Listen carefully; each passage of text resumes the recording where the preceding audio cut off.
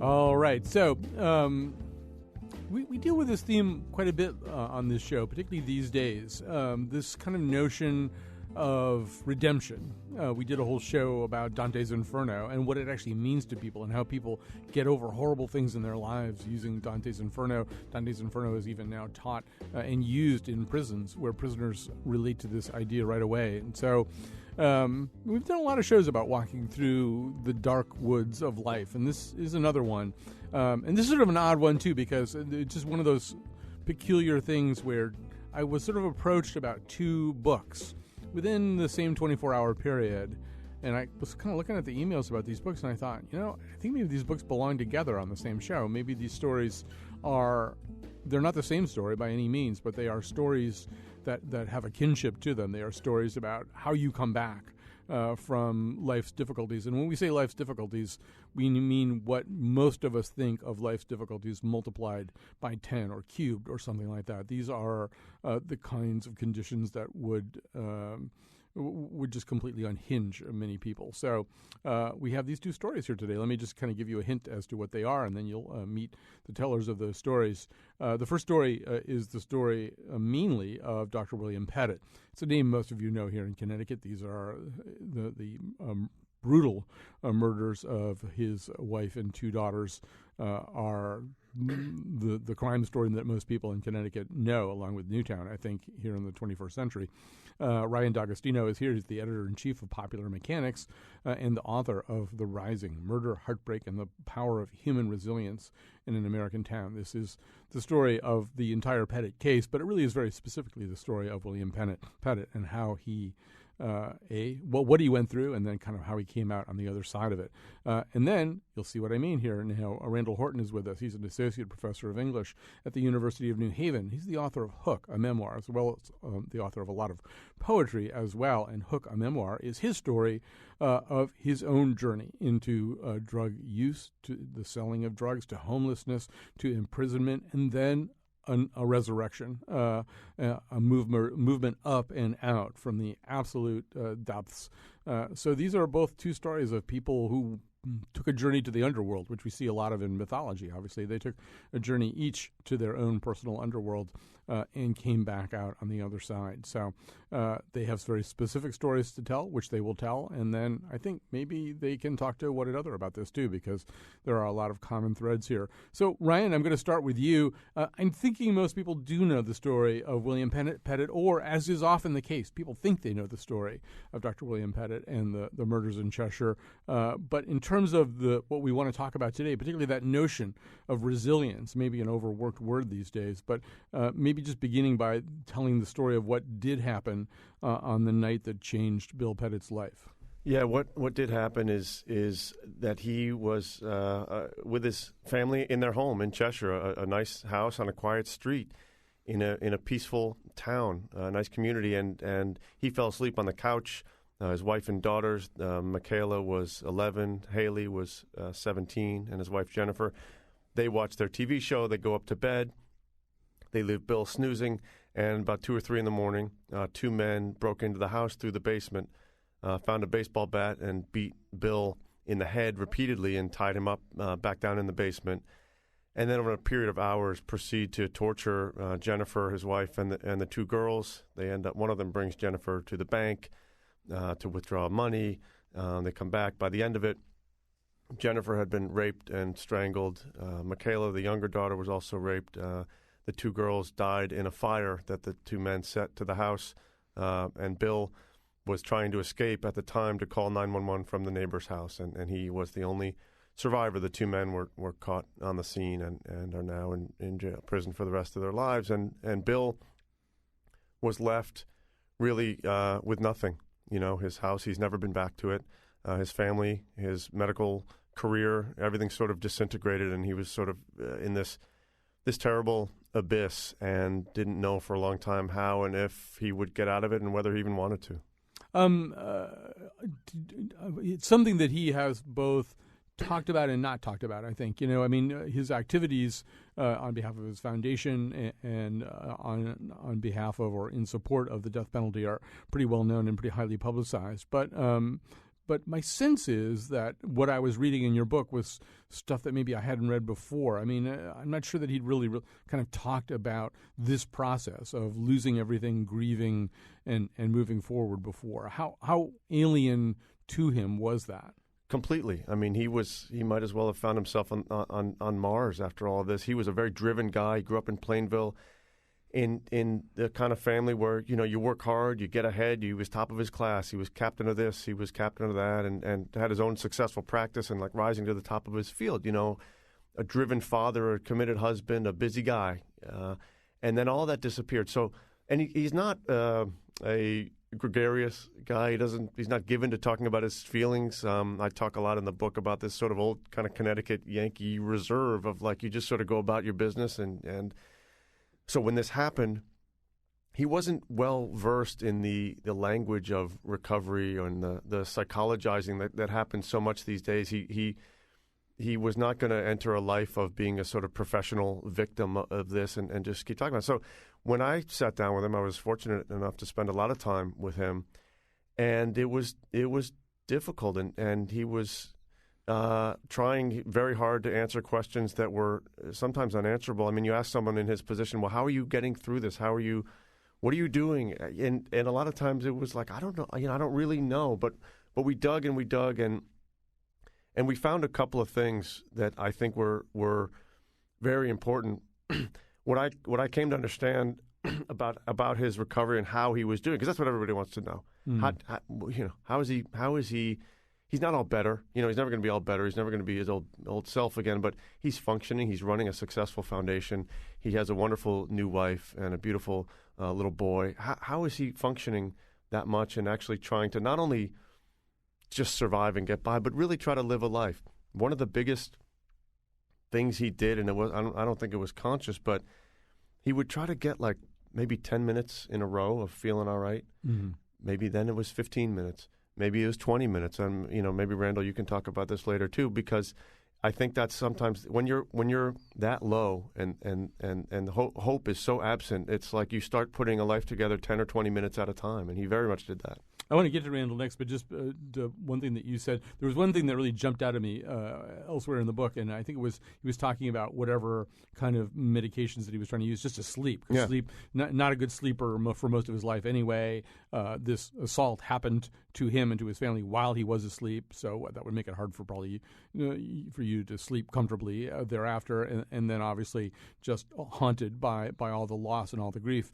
Also a disturbance of sleep. But there was one. I think there was a description of being able to get enough sleep so that he would wake up and have a blissful moment of having forgotten. Oh. But to me, that struck me as the worst thing in the world, to wake up having forgotten and then having to absorb the news kind of all over again. All over again and again. That split second of like, was it a dream? Is this my life? Yep, it is. And a second later, he's back into it, and that's his day. But the reason I wanted to tell his story is because he would then get through the day. He would get past that, and he's a sort of stone-faced guy. And I attended both of the trials of the two men who did this in New Haven. I would sit there and sort of watch Bill through it all, and he was sort of unmoving and unflinching. And we talked about that, and he sort of said, I don't know, I guess I just sort of did it. And his wife said, No, Bill, you did it. Most people would crawled under a rock or couldn't do it, but you did it, and what lifted him, and so I said, well, how? And what lifted him up was the response from people around him, his family, strangers, like people around the world sending him money from China, like just overwhelming. And he thought, well, instead of focusing and dwelling on the evil that was visited upon me and my family that night in Cheshire, I'm going to look at this other reaction from the thousands of other people, not these two guys. And his takeaway from all this has been that people are basically good. And for Bill Petit to walk away from what happened to him with that conclusion was inspiring to me. And so that's why I thought, look, I got to write this book, because if anyone else can feel that same inspiration, it's worth it. All right, let's begin anyway to hear the other story that's represented here. The book is Hook by Randall Horton, Hook being a nickname that you had at one point, right? Yes, of course. Yes, that was the nickname I sort of went by when I was in that world on the streets, however you want to put it. Yeah. Well, tell us about that world. Who were you when you were Hook? What were you doing? Well, when I was hooked, I guess I had just, I guess it's sort of, if you want to frame it, I was in college, trying to, get a degree, trying to sort of figure out what my life was. And then it sort of made, these series of decisions and, which would probably, affect my life, for, probably the next 30 or so years. I made a conscious decision to sort of get involved in drugs. And you got to understand this was sort of like the beginning of the 80s. And so this is sort of the beginning of the cocaine and, experimentation, which would lead to the crack wars and things like that. And so I sort of got into that, and then I became friends with these people who were sort of selling, and doing the Caribbean, and they were going to South America, and so that became very enticing to me. And so, doing that whole transition, I sort of got the nickname of Hook, right? Mm-hmm. So that's sort of how that it sort of became one of those things of being able to hook up these street deals and convince people to do things that I wanted them to do, for the sake of, maybe my own betterment, for a lack of a better word or phrase. And so it began this whole odyssey. You talk about Dante. You go through this whole. I go through this whole period of the 80s where I'm probably, in that whole conversation of the war on drugs and, what that means in terms of being in an urban city. And so I found myself, in that whole underworld of someone who necessarily didn't come from that world, who didn't grow up like that. So I was very oxymoronic for me to even be in that situation. And then what happens is, as I found myself in that situation, I became more and more addicted to the drugs, and so the drugs begin to take over. And then all of a sudden, it consumes you. And then you can't, and then one day you find yourself, you're homeless, wandering the streets. And I did that for like 2 or 3 years. People, and so I've, slept in abandoned buildings, shelters, went to soup kitchens. And, at that point, you become hopeless, and you're wondering, how am I going to get out of this thing that I sort of, created for myself? And there's just no way to get outside, no way to climb up the rope to sort of get somewhere. And so, it was a series of those things, So I straddled both. I straddled that, the world that I was sort of fell in love with the world I wanted to be in, which was the thing that I grew up with and sort of knew right from wrong. And so I was straddling both worlds, and which would eventually, lead to incarceration. And it was probably only through then that I began to understand, sort of ramifications, some of the things that I'd done throughout the course of my life over, decades. And so then began the sort of the process of sort of trying to climb out of the, all of the trouble that I had sort of caused for myself, which was insurmountable. At one time, I thought I never could have predicted that this would be the future. Even sitting here today writing a book or being an author, being a writer. So, yeah. This book is full of hair-raising stories. I mean, it feels almost as though an average day is something that most of us would find very terrifying and nerve-wracking. I mean, there are betrayals and deals that just go bad in really weird ways, and guns that get drawn in moments where you are on the brink of being killed, moments where you are on the brink of doing serious harm to someone else. All those things are in the book, and maybe we can talk specifically about them as we go along if we have time. But I mean, I think just to return to what you just said, though, okay, so you were, on the one hand, growing up to kind of go up the ladder of success. You were at Howard University, very prestigious university, and suddenly you're doing all this stuff, which, I mean, if I went through 24 hours like that, I'd have to be hospitalized immediately, know. And I've put my body through a lot. Did you get... Was there, I mean, obviously you get addicted to drugs, your brain chemistry starts releasing dopamine and stuff like that that make you want more of the thing that just made that thing happen in your brain. But was that also part of the brain chemistry, the adrenaline? That was the bigger thing. I mean, I think for a long time it was the adrenaline rush. And I think I figured this out years later. It was the adrenaline of doing all those things, because if you notice in the book, I not only talk about, sort of the drug activity, but some of the other things as well that was sort of risk-taking that I sort of, gravitated towards. And it was more so that in the, beginning than sort of the drugs. I guess I was probably a functional addict, if, at best. And the thing, being access to so much as, at one point, it was, and then when you don't have it, that's when the addiction really kicks in, and then you realize that, whoa, I can't handle this. And yeah, so I don't know. Well, I want to get into some of the parallelism, and Okay. there's never an exact parallel, but Right. some interesting things here. And I think one of the themes that I see in these two books and these two stories is fatherhood. And we're going to come back to Randall in just a second, talk to him about his relationship with his father, which is, I think, kind of key to one of the kind of turning points in this whole story. But I'll come back to you for a second here, Ryan, because obviously maybe the defining thing that Bill Pettit was and is a father now of, at the end of the book, he's a 57-year-old man with an 8-month-old baby, but he had these two daughters who, I mean, things change on any given day. You know, you have a bad day at work, or you and your wife have a fight or something like that, but and you can even have a bad day with your kids. But boy, there's something about being a parent. It just doesn't change, you know? I mean, how you feel about that, how you feel about that set of obligations doesn't change. And so there's a way in which this tragedy hit him about as hard where he lived as you could possibly hit a person. It did. Fatherhood was, he felt, his most important job, you know, more than being a doctor, even more than being a husband. I mean, it's like, you know, you have kids, you know, you love your wife, and then these kids come along, and it's like, well, you know, you had no idea. And they were gone, and they were taken from him, as horrible as a car accident or something would be. They were tortured in his home while he was there. You know, it was the worst possible circumstances I can think of.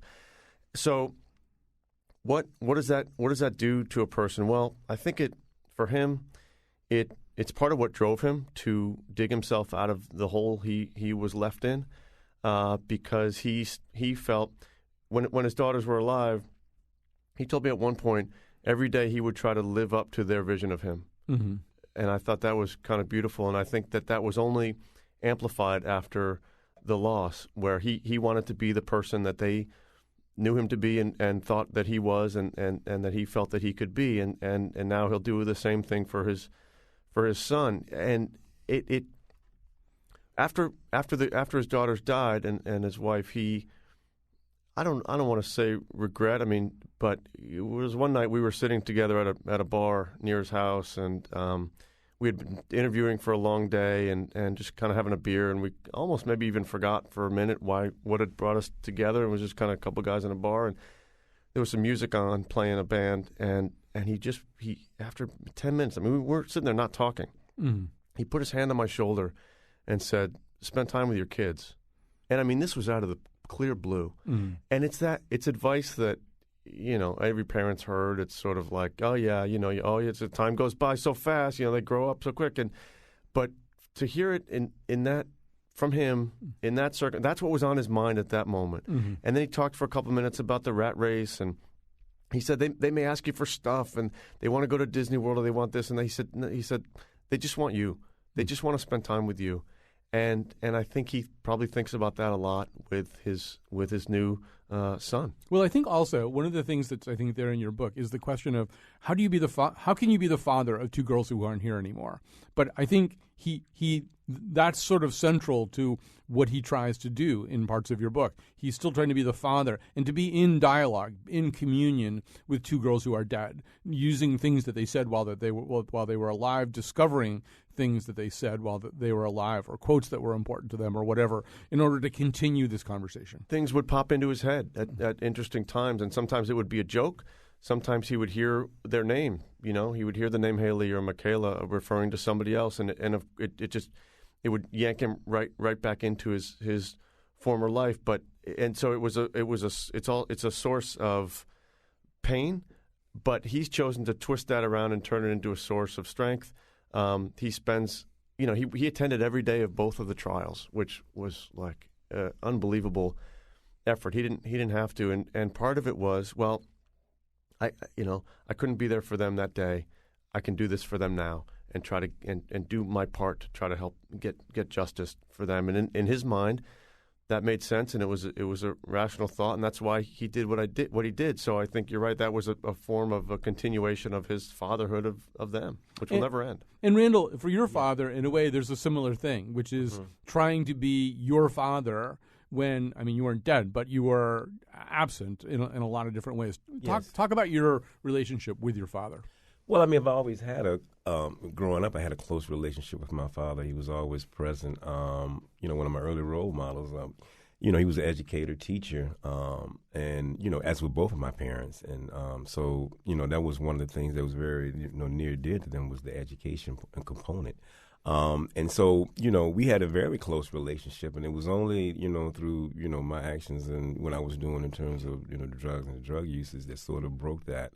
And at some point, we wasn't as close. And to the point, toward the end, before I got incarcerated, we wasn't even talking. We had stopped talking. I think I stopped talking to my father for a year. Because I think one of the things I was trying to do was sort of blame everybody else for my mistakes and, the things that were going on in my life. And, I wanted to blame, the people that, that probably love me the most, believe it or not. And so, which happens. And so, we had it was very, at the end, toward that year was very, it was very rough, but we didn't talk. He didn't even know. Matter of fact, when I got incarcerated for the second time, which was when I was sent to a prison, he didn't know I was in jail for a long time because I was just so ashamed to even call because, everything just sort of hit, and I didn't even know how to begin to sort of repair that relationship. And, it just so happens as I decided to call before I was going upstate. And, we had a long talk. And, he said, well, I'm with you. And so, my father's never left my side. He was, when I had originally got, my time, and I was prepared to do that time, but I got called back on a modification of sentencing in Montgomery County after 5 years. And my father was in the courtroom as my character witnesses, along with my lawyer and a lady named by the name of Bonnie Boswell, who was working with the Department of Health and Human Services with a program called Jail Addiction Services. So this was my team, but it was really the courtroom scene, the courtroom thing that sort of happened with my father, and he had to sort of get up and talk. And it's almost like, you actually watching all this in sort of like this point of view, like, I could see the whole courtroom. I remember it very clearly because the prosecutor told me that, that I had 38 years to get my life together and that, I just didn't, he didn't see any chance that I was ever going to do anything with my life. That was the first thing that sort of struck me was that, I was letting somebody else determine, who I was and, because he really didn't know me, but my actions, that's what my actions said. And I had to think about that. Is that really me? But then, too, sort of my father got up and sort of talked for about 20 minutes. And he started from the beginning of me. And in such a way, with elegance and grace that I had, by the time he got through, everybody in the courtroom was crying. And that's real. And the judge told me before she granted my motion that, in a place that was absent of fathers, that my father being there said something, and that so she granted my motion for to get out of prison and go to this program in North Carolina, sort of start that process of rehabilitation. But if my father's a very proud man, and so that really took a lot for him to get up and sort of like nearly beg someone so to give me a chance. I never forgot that. And so I resolved that day to sort of, for him, my family and the people that are closest to me that sort of love me when I couldn't love myself, that I had to sort of become another person. I had to do something better than what I had done because, A, I knew I was better than that. And B, I just knew I hadn't applied and I had taken the lazy approach and hadn't really tried with my life. And so, and so today, my father's sort of my biggest supporter, my biggest fan. He always calling me, want to know what I'm doing. He reads everything I write. And so I don't think, I would be here in this way without his support. And so it just shows me something about family. But also I tell young kids I tell family, people who have young kids when I'm talking to them, I said, you got to give your kids something to remember, right? You got to give them something to remember when they're early because they gave me something to remember. Hey, I knew right from wrong. I knew those things. And somewhere along the way, when I was really at my lowest point, I sort of drew on those things to sort of try to come out of that, that thing I had sort of created for myself. All right, we're going to take a break there. We've got more of Randall Horton, more of Ryan D'Agostino with the story of Dr. William Petit after this.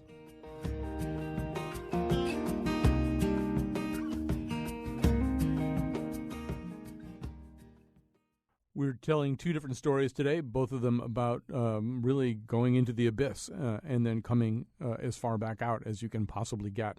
One story is that of The Rising, a book by Ryan D'Agostino, Murder, Heartbreak, and the Power of Human Resilience in an American Town. It's the story of Dr. William Pettit, the story of the Cheshire Murders. And the other story is by Randall Horton. It's called Hook. It's the story of his life as a drug addict, a drug seller, a homeless person for a while, an incarcerated person for a while, and now an ascendant. He is an associate professor of English at the University of New Haven, a poet, and, as I say, the author of this book. So, Ryan, I want to talk to both of you a little bit about sort of sources of inspiration. Inspiration is it'll do. That's a good enough word. One of the things I notice in your book is that every chapter, I think just about every chapter, is preceded by a tweet from Bill Pettit. It's always a Bible verse. It's often a very interestingly chosen Bible verse. Some of the most poetic and abstract verses from the New Testament punctuate this story. So maybe you can, building on that any way you want, talk about where did he find solace? Where did he find inspiration? Clearly, the Bible is one of those places. It was, and it's interesting because it's not something he talks about very much. He's not an avid. He's not like he's at church every day, but he developed this thing where he just kind of tweets. Sometimes it's on a significant day, one of his daughter's birthdays, or something like that. Sometimes it's random at midnight. He'll tweet a Bible verse that is appropriate to his life and his story. Both sides of it. It may be about the evildoers who walk the earth, or it may be about the love that surround and hope that surround us. So it was very interesting. I talked to him a little bit about religion, and he sort of nods his head and shakes it back and forth like he's trying to figure out what to say and how to think about it. And I don't think he's quite figured it out. He described his relationship with God once as complicated. His wife was the daughter of a minister. So they were a church-going family bringing up their daughters, and now it's he did not reject religion or God after this the way some people do. He didn't embrace it to the extent that some people do. I think he may spend the rest of his life figuring out. But you're right. Clearly, we have this evidence on Twitter of all places of some comfort.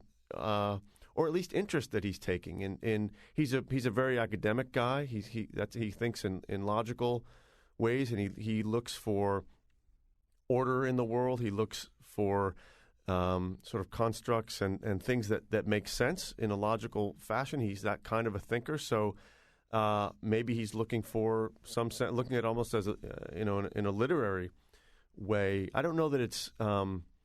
That the Bible is inspiring him to take the footsteps that are necessary to get through his everyday, but it's there kind of hovering. Randall, for you, books become very important. Really, this 38th year of your life is a time of a lot of turning points. It's really kind of the first time you really ever try to write about yourself, even just a few short paragraphs about who you are and how you've come into this place. But you also start to read books, Autobiography of Malcolm X, and a series of other books. Explain why books become important to you in beginning to see yourself a different way. Well, I guess I had never really just sort of invested in literature in that way. Even going to school and growing up, I read. And I did the things I needed to do to complete my lessons. And, I would read, but I don't want to say I was an avid reader. I did what I needed to do to complete my studies. And so I never really sort of embraced the idea of literature being sort of this transport, sort of take me places. But, funny thing happens is when you're incarcerated, you tend to have a lot of time on your hand, obviously. And so my mother actually would send me books. And I would actually look in the Washington Post. They had a thing called Book World back then. I don't know if they still have it, the way the book thing is going nowadays. Jonathan Yardley, yeah. Right, exactly. And so I would see what they would recommend. And, a lot of times I would just get titles from there like Carl Upchurch's Convicted in the Womb.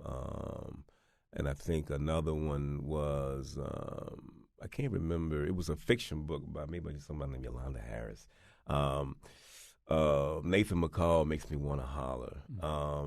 The Autobiography of Malcolm X. Well, what happens is, for me, I begin to sort of so go on the journey with these authors, and sort of one of the things is, is like the idea of like getting yourself into these situations, but then also, having the resilience sort of to come back. Never really thought about it that way, and so I began to sort of like see some of myself in each one of these books that I would read. If it was only pieces, about the things that had sort of transpired in my life. And so consequently, at the same time, I was sort of writing. I had been writing these things while I was incarcerated in this program, Jail Addiction Services. They would give us these assignments, and so we would have to write these essays at night and sit in a circle the next day and read them. And a lot of them, so some of them appear in my book. Actually, I've kept them that long. And they would be things that, write about, the pain that you've caused yourself and others, and a specific incident, in which you need to apologize to someone, or all of these things which I couldn't necessarily articulate, because I was very, quiet person. I kept, my feelings close to my vest. Especially, being in that world, I never really, sort of expressed myself. And so at some point it became very hard for me to express my feelings or how I felt. But, I noticed that when I was able to write, I could sort of like work those things out. And then coupled with the idea of reading. Oh, another one was Fathering Words by E. Ethelbert Miller, which was actually, a game changer because I actually reached out and wrote him.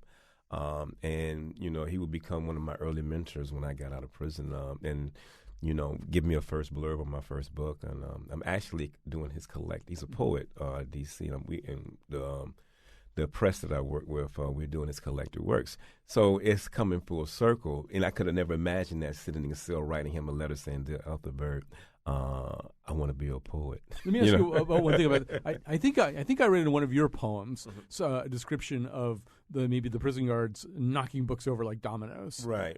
Is that for real? I mean, I'm wondering if among your fellow inmates and among the guards, whether or not there's pushback against this idea that you're going to lift yourself up doing this. Well, I mean, I don't necessarily know if it's pushback, because there was some, I don't want to portray, guards in sort of a negative light. I can remember, a couple of guards that I used to, when I was in county jail, a couple of guards I used to talk to, like after lock-in, we would talk, and they would have very human conversations. But when I got to prison, it was just sort of a different thing.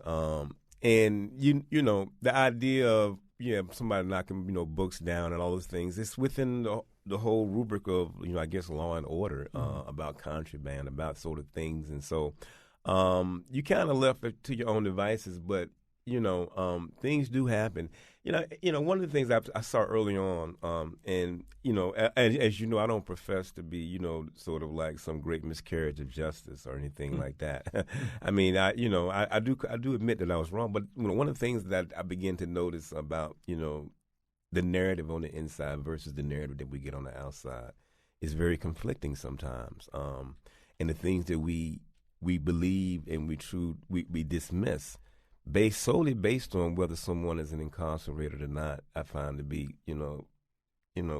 crazy sometimes. Right, because, and I wanted that's the thing, because you know what you see. But but in the court of law, if I get on the court of law, my testimony probably wouldn't mean anything because I'm a convicted felon. Right? Well, I want to send this one back to Ryan, because if there's another character in this book who looms as large as Bill Pettit, probably the second closest, it might be Jeremiah Donovan, who's the lawyer for Komisarjevsky, one of the two, so the more of the kind of mastermind, if that's the right word, of this terrible crime, and whose job it is to deal with exactly what Randall's talking about right now. How do you get people who see this guy not only as an incarcerated person, that's a big enough problem, but as the perpetrator of a really horrible crime, the unquestionable perpetrator of a really horrible crime? How do you get people to see either Hayes or Komisarjevsky as human beings? To me, that's one of the big questions that comes up kind of in the second half of your book. It was, and Jeremiah Donovan is a really a brilliant attorney, and he saw his mission very clearly. Is he was trying to keep Joshua Komisarjevsky off of death row, and he admitted basically everything he was charged with. He did all of these things, almost all these things that he's charged with, but he's a person was Donovan's take and approach, and the way he tried to essentially prove that Joshua Komisarjevsky was a human being and not a monster, because I think he was seen as a monster by anyone who heard about these crimes, was to present his life, through a series of witnesses, who had grown up in similar circumstances or even in his own family. And it was certainly proved to be a bizarre and terrible upbringing with lots of details about strange religious practices and shame and things like that.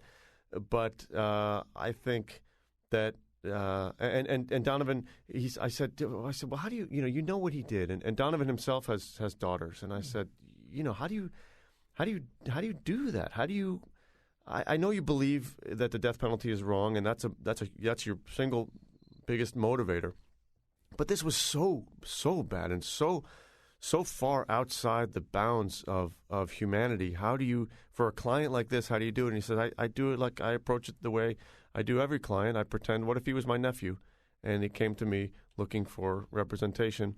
What would I do to try to help my nephew? And so it becomes, you sort of have to, according to what Donovan and I talked about, you have to kind of change your whole mindset, almost like taking on a character the way an actor does. And I'm gonna believe that this person is a relative of mine, and I'm gonna do everything I can, and I'm gonna say what I need to say to do what I feel is my job. Now, it didn't work, and Bill Pettit's standpoint, of course, I think understandably was, a lot of people have bad childhoods and they don't do this, And there is a tension within the book between Donovan. His job is to do anything he can within the limits of the law to advocate for his client, and Bill Pettit, who really does want the death penalty and seek the death penalty. And Donovan, even, I think there were occasions I wrote about where he pushes the limits of the law. He really walks that line of what is allowed even within the legal profession. There were even some lawyers who questioned his tactics, but the reason he became a significant character in the book was because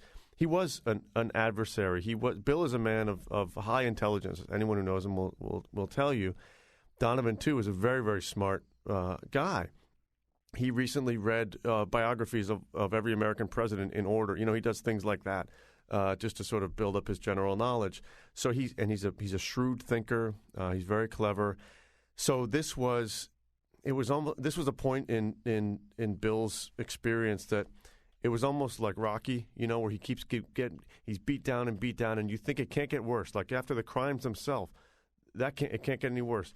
Then he enters this sort of period of horrible abyss where he doesn't know if he wants to live. That's horrible. Then the trials come along, and he has to relive this. But he gets through the first trial, and it's horrible, and he's there every day, and it's almost in some ways worse than when it was actually happening because he's hearing every horrible detail. He gets through that trial. Then the second trial comes along, and he's like, how is this guy still standing? And not only does he have to do it again, but this time the lawyer is Jeremiah Donovan, who is going to give it everything he's got and sometimes bend the limits of propriety. So Bill, and it was like, okay, now he's got to struggle through this. So it became the tension. You could feel it in the courtroom, and you could feel it in my conversations with both men after the fact. All right, we're going to grab a quick break. We're going to come back with more of Randall Horton. His book is Hook, a Memoir, and Ryan D'Agostino. His book is The Rising: Murder, Heartbreak, and the Power of Human Resilience in an American Town.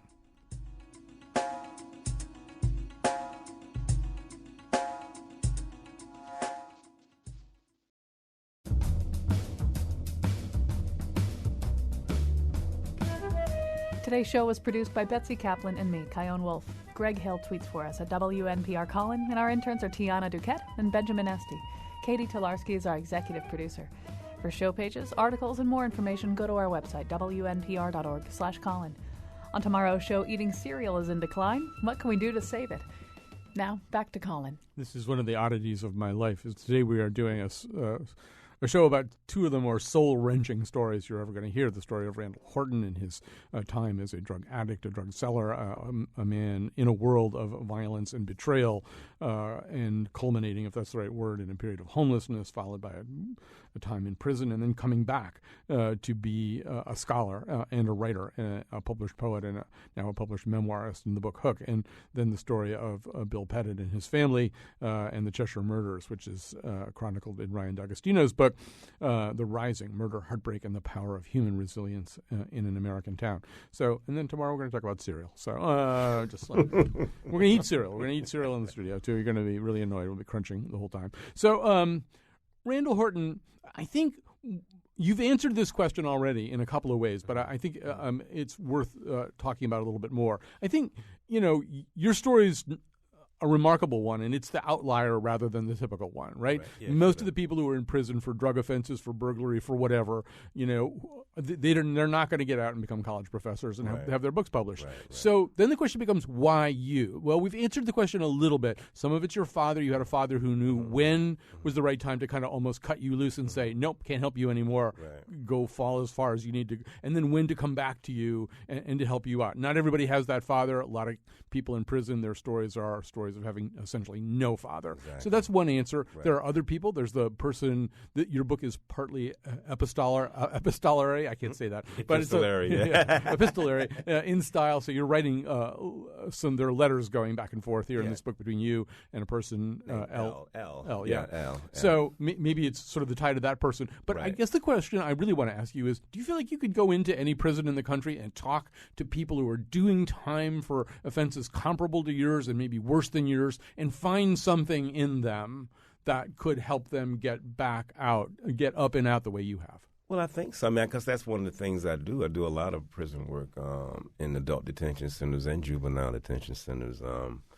I work extensively. I've done it all over the country, and maybe probably about 10 or 12 states. I don't want to name them all, but that's one of the things that I sort of I do. I came to find out early on when I was in sort of like this, trying to, find my way, and I had started going back to school, and I was doing workshops, I was writing, I was publishing, and I was sort of making my way in the literary arena in the world. When I was working with young kids, and I found out that I had this sort of gift or this sort of thing to be able to connect with them, especially with some of the kids that were at risk. I can just name several instances in which I started telling my story, and then there's this little kid in the back, this little teenager, and it's not really saying a whole lot. Then I begin to talk to him. He said, "That's my story." And so one of the things I began to realize early on is that the kids that come from these sort of situations that need to see need to see a way out, a lot of times they're going to connect more with me than they will with anybody else, because after about 30 minutes and open my mouth, they really realize that I do come from that kind of world, or I do understand, because I've done things that, most of the people that they're trying to get them to do things just haven't done. And so that relatability factor is real huge. It's real huge. Is there really a way out? I mean, one of the things we're in a national dialogue right now about incarceration, about the incarceration particularly of young black men. Right. It's at a rate that has no parallel in the world. I mean, we have, a bigger jail population than anybody. Right. So there's a sense maybe in your book even that the system is rigged against success as opposed to promoting success. Obviously, getting out is in trying to forge your life. Like you say, I'm not the rule. I'm the exception. I just think it just was a lot of factors in my life, and I just I made this resolve. But it's not the norm. And so I do understand that I have a responsibility, or because of the way that the things that were allowed to happen to me, and the way I sort of was able to get my life on track to sort of give that back. I guess I'm getting off quick. Can you answer that? Repeat that question one more time. Well, I mean, do you think the system exists to produce outcomes like yours, or does the system exist to keep people where they are? Yeah, everywhere step of the way, I sort of found, even when I wanted to go back to Howard after, this whole, for 7 years, just dreaming about going back and completing my degree, I was not allowed to complete that degree because of my felony convictions. Even in my first year at New Haven, I was a lecturer before I got on the tenure track and eventually got tenure and all that. I got a job at Central State in Ohio as a distinguished scholar in residence. And I was going to go out there for a year and just be a distinguished scholar. And the provost sent me a registered letter, told me that they didn't want me because of that. And so there's these things that sort of happen. Even if you remember the girl in my book, Elle, she talks about, because she was incarcerated. I met Elle, when I was getting my PhD at SUNY. We had both been incarcerated, so we had sort of had this sort of kinship, and which is one of the things that sort of, made us friends. But more so than that, I remember when she had gotten out and trying to get a job, she could never get past her felony convictions. And even with a college degree, it was just so hard. And so, I think the way that we even, address those things, when people get out, like how when you get out, can you cash the check? Mm-hmm. Or is there insufficient funds? Can you really cash the check? Yeah. Have you really paid your debt? Are you really free to do what that you're trying to do? And I would say, no, you're not. To a certain extent, unless you have, I had a support system. I can give you, at least, numerous people who sort of came out with me, or people that came out around my time who sort of fell back, right? Or back incarcerated right now. They just, they couldn't get the toehold or the footing to sort of move forward. That's another commonality between these two books, the stories of support systems. I mean, the reason I think Bill Pettit makes it to the degree that he has is the support system. But as we're wrapping up here, Ryan, both of your books are also about the fact that we live in the present, but we also live in the past. As much as we can, we try to live in the present, particularly if our past is full of darkness. Randall's past is full of darkness and sad stories. He'd like to live mainly in the present and close the books on the past. So would Bill Pettit, right? He would like to live in the present, close the books on the past. Your book ends with him with his 8-month-old son asleep on his chest. But there's a way in which he doesn't ever close the books on the. I mean, I'm sure he'd want to never hear the names Komisarjevsky and Hayes again, never think about those people. But there's no way for him to be real without living somewhat in the past. Of course, and he doesn't want to. Of course, he doesn't want to forget his family that he had. And that was 20 years of a wonderful life, and at the same, and his wife Christine, his current wife Christine, who was just wonderful, and she fully understands the situation that she married into, I guess. I mean, she knows that if all had gone according to plan, he would still be married with his 2 daughters from before, and that's an odd situation, but she has embraced that with great strength. So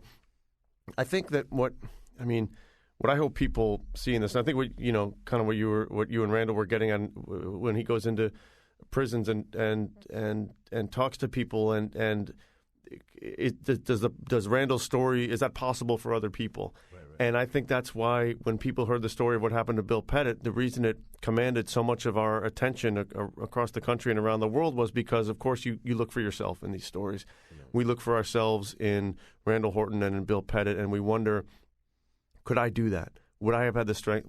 Whether it was when they were at their lowest point, when you're on the streets, or when Bill is tied up in that basement, in that moment.